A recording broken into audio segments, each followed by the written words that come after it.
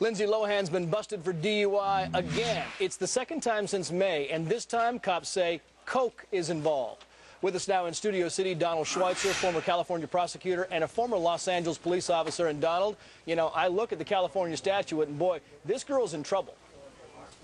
She is, Stace. She's looking at a minimum of 10 days, but it's more likely that the court's going to treat her very severely. And she's probably looking at 6 months to a year in the county jail. And then she's probably going to be mandated to go to a drug rehab program that's county approved afterwards. And that's what people don't realize here, Donald. We're talking about 4 charges. We're talking her second DUI, driving on a suspended license because of a previous DUI, mind you, felony drug possession, and felony transportation of a narcotic. The last one, by the way, is 3 to 5 years in state prison, or at least it could be. So this girl, when you say 6 months, that might be the minimum when all things are added together.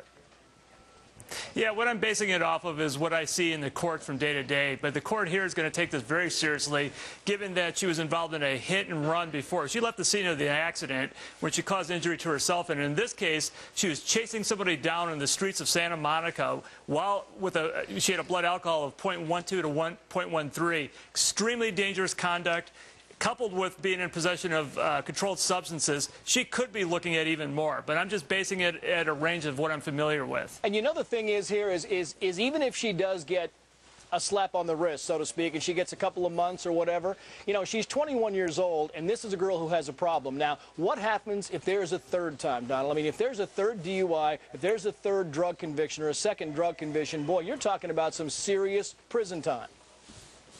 Yeah, in California, people have the opportunity to rehabilitate themselves when they're caught for the first time or maybe the second time in possession of a controlled substance. But when the court gets a feeling that nothing's working, they're going to put somebody away for a long time. Remember that driving under the influence is different than having a drug problem. We are sympathetic to Ms. Lohan and other people that have these addictions, but getting behind the wheel and causing other people to be in danger is a different story. And in this case, her behavior is outrageous. She's chasing people down the streets of Santa Monica. She has to be punished severely. And, you know, you talk about the correlation has been made with her and Robert Downey Jr. about addiction problems. And Robert Downey Jr., I think the last time was in some Palm Springs hotel room holed up, shooting up down there or something. I think it's different. He was in a hotel room, clearly with a problem. This girl's out on the road chasing people down drunk.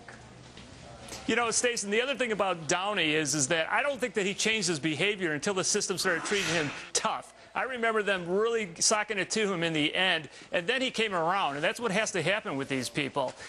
Ms. Lohan isn't going to get the message until she's treated severely. And in light of the Paris Hilton little story that we had here in L.A., I think that the court's more likely to treat celebrities harsher. Oh, I think she's going to get the book. Don Schweitzer, good to have you. Thank you, Stace.